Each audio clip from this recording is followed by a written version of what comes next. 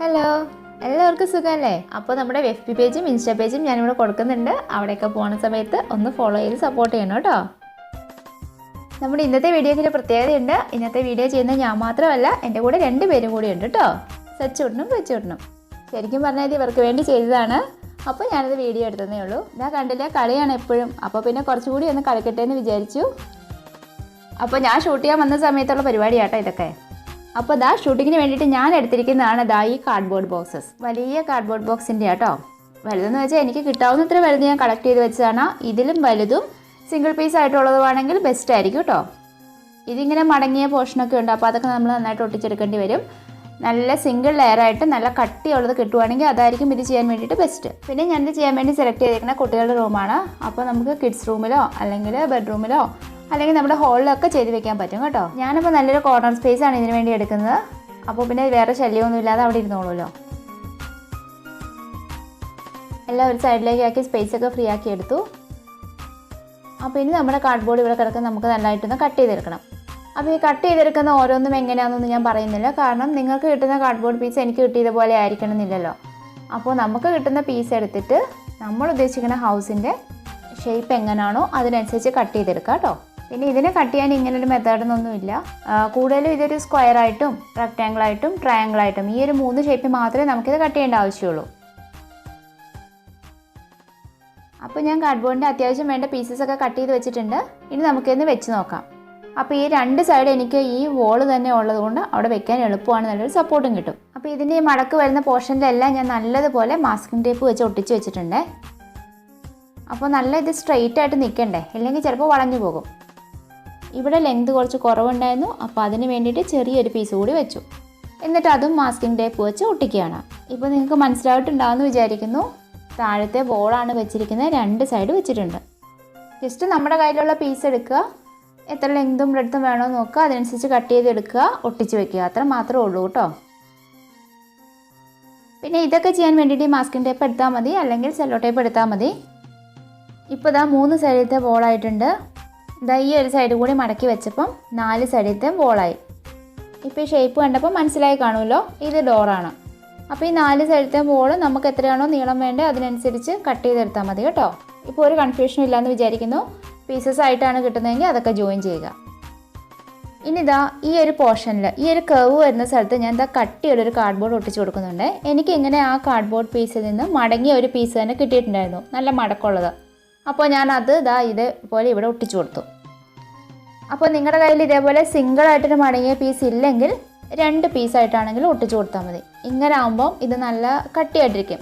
കാരണം നമ്മുടെ വോളിനൊക്കെ ഒരു പില്ലർ പോലെ ഒരു പോർഷൻ വേണമല്ലോ, എങ്കിലല്ലേ അതവിടെ സ്ട്രോങ് ആയിട്ട് നിൽക്കുകയുള്ളൂ. അതിന് വേണ്ടിയിട്ട് കൊടുത്തതാണ്. പിന്നെ അതാ ഇവിടെയും ഈ ഒരു ഒട്ടിക്കൽ വന്ന സ്ഥലത്ത് ഇതേപോലെ ഒരു പീസ് കൊടുത്തിട്ടുണ്ട്. അപ്പോൾ എവിടെയെങ്കിലുമൊക്കെ കാർഡ്ബോർഡ് വളഞ്ഞു പോകുന്നെന്ന് തോന്നുന്നെങ്കിൽ അവിടെയൊക്കെ വേറൊരു പീസ് വെച്ചിട്ട് ഒരു എക്സ്ട്രാ ഒരു ഫിറ്റിങ്സ് കൊടുത്താൽ മതി. അപ്പോൾ അതിന് നല്ലൊരു സപ്പോർട്ട് കിട്ടും, നല്ല സ്ട്രോങ് ആയിട്ടിരിക്കും, പിന്നെ വളഞ്ഞൊന്നും പോവില്ല. ഈ ബാക്ക് സൈഡൊക്കെ ഭിത്തിയിൽ ചാരി വെച്ചിരിക്കുന്നതാണെങ്കിൽ കൂടി ഞാൻ അവിടെയൊക്കെ ഈ സപ്പോർട്ട് കൊടുത്തിട്ടുണ്ട് കേട്ടോ. കാരണം കുറേ നാളിത് നമുക്ക് യൂസ് ചെയ്യണ്ടേ, കുട്ടികൾക്ക് കളിക്കാനുള്ളതല്ലേ. അപ്പോൾ പറഞ്ഞു പോകാതിരിക്കാൻ വേണ്ടി എല്ലാ സ്ഥലത്തും ഇതേപോലത്തെ ജോയിൻറ്റ്സ് വെച്ച് നല്ലതുപോലെ ഉറപ്പിച്ചിട്ടുണ്ട്. അപ്പോൾ ഇതാ കണ്ടോ, ഇങ്ങനെയാണ് കിട്ടിയിരിക്കുന്നത്. ഈ ഒരു ഷേപ്പ് മനസ്സിലുണ്ടായാൽ മതി, അതിനനുസരിച്ച് നമുക്ക് കട്ട് ചെയ്തെടുക്കാം കേട്ടോ. ഇനി ഇതാ റൂഫിനുള്ള പണിയാണ്. അതിന് വേണ്ടിയിട്ട് വലിയൊരു ട്രയാങ്കിൾ പീസ് കട്ട് ചെയ്തെടുത്തിട്ടുണ്ട്. അതിവിടെ ഒന്ന് ഒട്ടിച്ച് കൊടുക്കാം. അപ്പോൾ ഇത് ഞാൻ ഒട്ടിച്ച് കൊടുക്കുന്ന ഗ്ലൂഗൺ വെച്ചിട്ടാണ്. ഗ്ലൂഗണിനേക്കാളിലും ബെസ്റ്റായിട്ട് എനിക്ക് പിന്നെ തോന്നിയത് ഫെവിക്വിക്കാണ്. ഫെവിക്വിക്ക് വെച്ച് ഒട്ടിച്ചപ്പോൾ പെട്ടെന്ന് ഒട്ടുന്നുണ്ടായിരുന്നു. ഗ്ലൂഗൺ എനിക്ക് കുറച്ച് നല്ലതുപോലെ ചിലവായിട്ടുണ്ട് കേട്ടോ. ഇതിനകത്തും പുറത്തും ഒക്കെ ഗ്ലൂഗൺ വെച്ചിട്ട് നല്ലതുപോലെ തേച്ച് വെച്ചിട്ടുണ്ടായിരുന്നു. അതിനുശേഷം ദാ ഈ മാസ്കിംഗ് ടേപ്പ് വെച്ച് ഒന്നുകൂടി ഒട്ടിച്ചു കൊടുത്തു. പിന്നെ ഞാൻ ലാസ്റ്റ് ഫെവിക്വിക്ക് യൂസ് ചെയ്തപ്പോൾ അതൊന്നുകൂടി പെട്ടെന്ന് ഒട്ടിക്കിട്ടുന്നത് പോലെ തോന്നി. ഇതിനുള്ളിൽ ഇവിടെ ജോയിൻറ്റ്സ് വന്ന സ്ഥലത്ത് ഇതാ ഇതേപോലെ ഒരു പീസ് ഒട്ടിച്ചു കൊടുക്കുന്നുണ്ട്. ഈ ഒരു പീസ് ഒട്ടിക്കുന്നത് നിങ്ങൾക്ക് എവിടെയാണോ വേണ്ടത് അവിടേക്ക് ഒട്ടിച്ചു കൊടുക്കുക കേട്ടോ. അല്ല ഇന്ന സ്ഥലങ്ങളിൽ മാത്രമൊന്നുമില്ല. അങ്ങനെ ഇതാ ഇതിൻ്റെ ഓപ്പോസിറ്റ് സൈഡിലും ഇതേപോലെ തന്നെ സെയിം ഷേപ്പുള്ള ട്രയാങ്കിൾ ഒട്ടിച്ചു കൊടുത്തിട്ടുണ്ട്. സെയിം ഷേപ്പും സെയിം സൈസും. ഇനി റൂഫിൻ്റെ അടുത്ത പീസാണ് ഒരു റെക്റ്റാങ്കിൾ പീസ് എടുത്തിട്ട് ഇതേപോലെ ഇവിടെ വെച്ച് കൊടുക്കുക. അതും നല്ലതുപോലെ ഒട്ടിച്ചെടുക്കുക.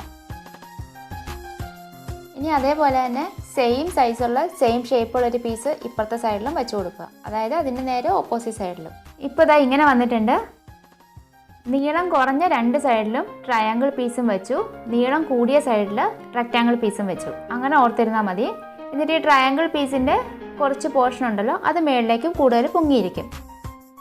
എന്നിട്ട് ഇതിൻ്റെ നടുക്ക് ഇതേപോലൊരു ഗ്യാപ്പും വരും.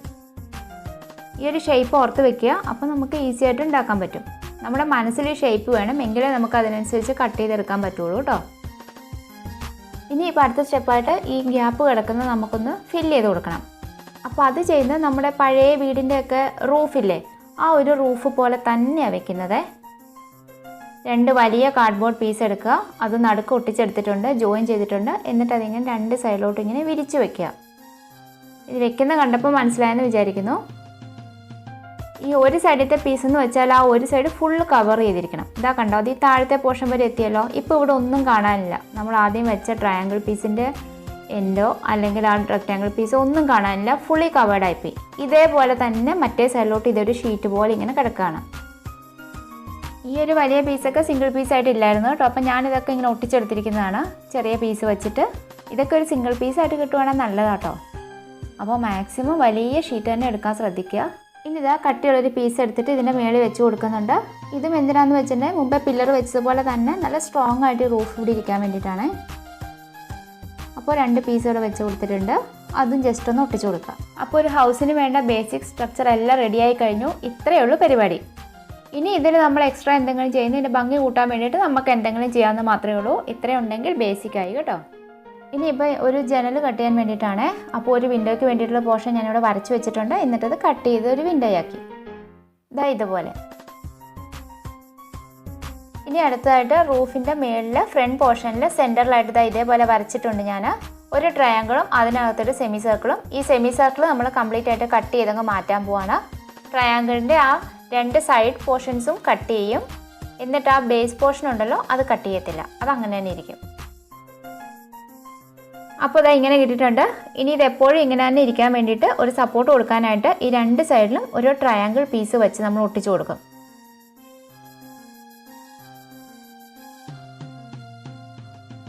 നല്ലതുപോലെ അഡ്ജസ്റ്റ് ചെയ്ത് വെച്ചിട്ട് ഒട്ടിച്ചു കൊടുക്കുക. ഞാൻ എന്താ ഒട്ടിച്ച് വെച്ചിട്ടുണ്ട്, ഇതാ ഇതുപോലെ കിട്ടും.